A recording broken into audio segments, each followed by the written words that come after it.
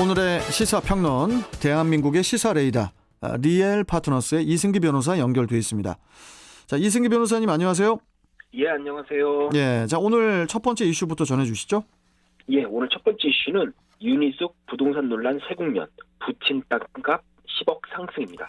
자, 어제도 이제 저희가 다뤘었는데요. 국민의힘 윤희숙 의원이 부친의 농지법 위반 의혹이 제기가 되자 지난 25일 곧바로 의원직 사퇴 그리고 이제 대선 불출마 의사를 밝혀서 정치권에 신선한 충격을 줬는데 바로 하루 만인 어제 부친의 농지 취득 과정에서 내부 정보가 이용이 된 게 아니냐 이런 의혹이 또 새롭게 제기가 되면서 지금 이 문제가 또 새 국면을 맞았는데 자, 자세한 그 내용을 좀 전해주시죠.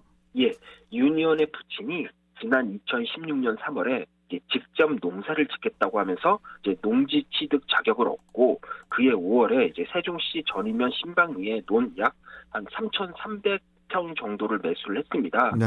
이 부분에 대해 이제 권익위에서는 윤 의원 부친이 세종시가 아닌 서울 동대문구에 살면서 이 변호사도 현지 주민에게 맡긴 그런 정황을 하긴 하고요. 이제 그 윤 의원 부친이 농지법 그리고 주민등록법을 위반했다라고 판단을 해서 일단 수사기관에 넘겼고요. 예. 그런데 이 윤 의원 부친의 거주지가 서울이 맞습니다. 그리고 건강도 좋지 않다고 하니까 이 농사를 짓지 않은 거는 이제 사실로 그렇게 이제 보입니다. 그러니까 이제 이번에 제기가 된 추가 의혹의 핵심은 결국 그 시세 차익을 노리고 농지를 매입했다는 거 아니겠습니까, 이게? 예, 맞습니다. 일단 소일거리라고 하기에는 3,300평 농지의 양이 대단히 많고요. 네. 또 윤 의원 부친이 농지를 매입한 그 시기를 전후해서 그 인근에 이제 세종 스마트 국가산업단지 그리고 뭐 세종 미래일반 산업단지 또 세종 복합일반 산업단지 등이 이제 대거 들어섰습니다. 실제로 이 8억 2천만 원에 매입했던 이 논의 시세가 단 5년 만에 10억 원이 오른 약 18억 원에 달한 것으로 지금 알려져 있습니다. 그런데 윤 의원이 근무했던 곳이 이제 KDI 한국개발연구원인데요. 여기 세종시에 있습니다. 근데 KDI에서 이런 국책 사업, 그러니까 뭐 스마트 산단이라든지 이런 국책 사업에 대한 연구 용역을 이제 진행을 했고요. 그리고 윤 의원 동생의 남편, 그러니까 이제 제부죠. 이제 제부인 장모 씨도 기획재정부 장관 보좌관을 지냈는데 보통 기획재정부에서 이런 용역, 이제 뭐 스마트 산단 이런 용역을 발주를 하면은 이제 KDI에서 수행하는 그런 구조입니다. 그러니까 지금 윤 의원 내지 이제 매부인 장모 씨가 농지 매입에 직접적 혹은 간접적으로 관여된 거 아니냐. 그래서 윤 의원의 부친이 내부 정보를 이용하거나 아니면 아예 타면 거래 아니냐라는 의혹이 새롭게 제기되는 겁니다. 국민의힘 입장에서는 윤 의원의 그 사퇴 선언을 계기로 민주당과 이렇게 좀 차별화를 꾀했었는데 이번에 나온 의혹 때문에 타격이 좀 있을 것 같습니다. 예, 그렇습니다. 그 가장 큰 문제는 바로 해당 농지의 가격이 8억에서 18억 원으로 5년 만에 총 10억 원, 그러니까 2배 이상 올랐다는 겁니다. 네. 뭐 이유야 어떻든 간에 이렇게 큰 시세 차익을 얻었다는 사실만으로도 윤 의원 개인과 국민의힘에게는 이제 악재인 건데요. 다만 한 가지 좀 눈여겨봐야 될 건 지금 논란이 되고 있는 이 세종 스마트 산단의 경우에는 문재인 정부 출범 이후인 2017년 7월에 이제 국정과제에 지역 공약으로 채택이 됐습니다. 그리고 2020년 9월에 KDI의 예비 타당성 조사를 통과했고요. 그런데 윤 의원의 부친이 농지를 매입한 게 2016년 5월입니다. 상당한 시차가 있다 보니까 이 내부 정보를 이용했는지 여부에 대해서는 논란의 여지가 클 수밖에 없고요. 이 부분은 좀 수사기관의 결과를 지켜봐야 될 것 같고요.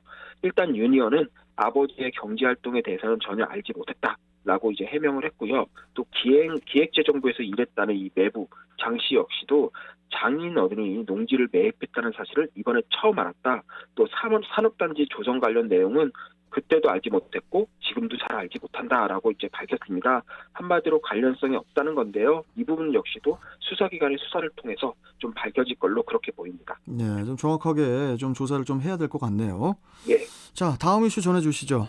예, 다음 이슈는 아프간 협력자 378명 한국 도착입니다. 자, 이슬람 무장 조직 탈레반을 피해서 자국을 탈출한 그 아프가니스탄인 378명이 어제인 26일 인천국제공항을 통해서 이제 우리나라에 입국을 했는데요.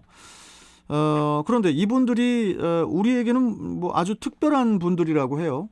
예, 맞습니다. 지난 20년간 우리 정부와 협력했던 현지인들 그리고 그 가족입니다.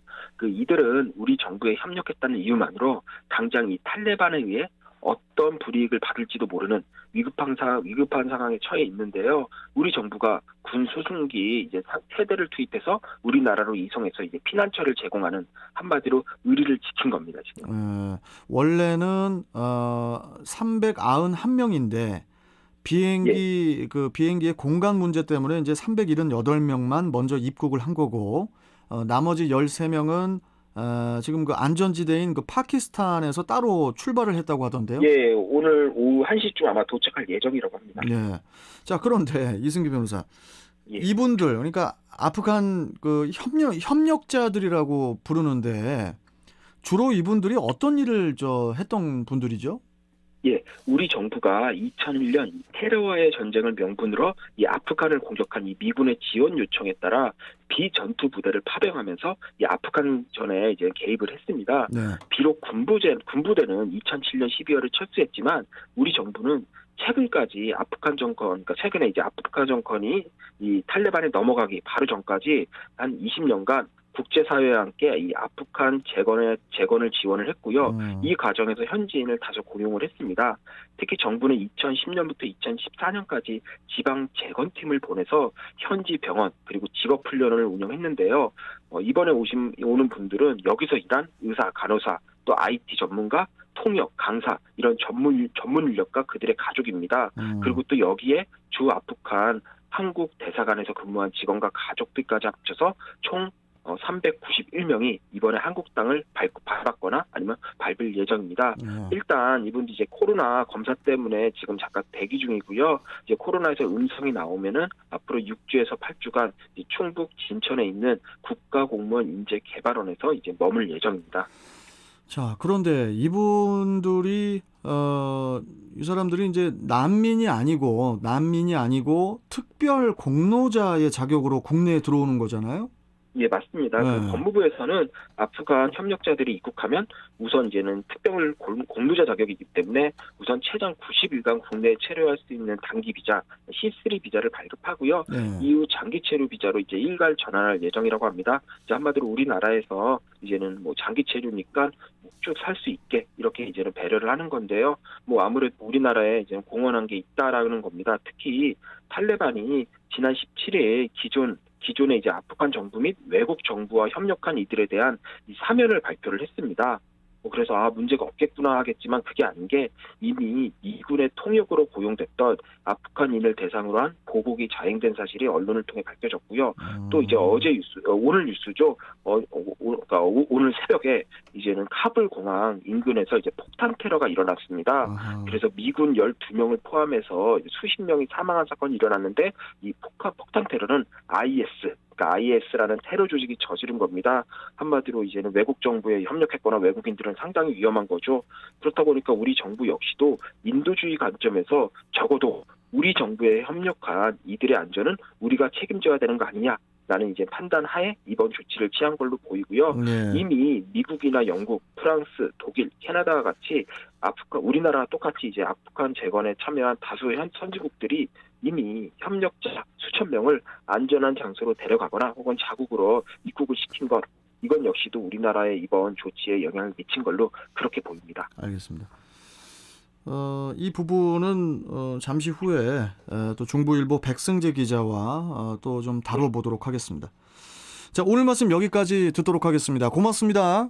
네, 감사합니다. 네, 자, 시사평론가 리엘 파트너스의 이승기 변호사와 함께 했습니다.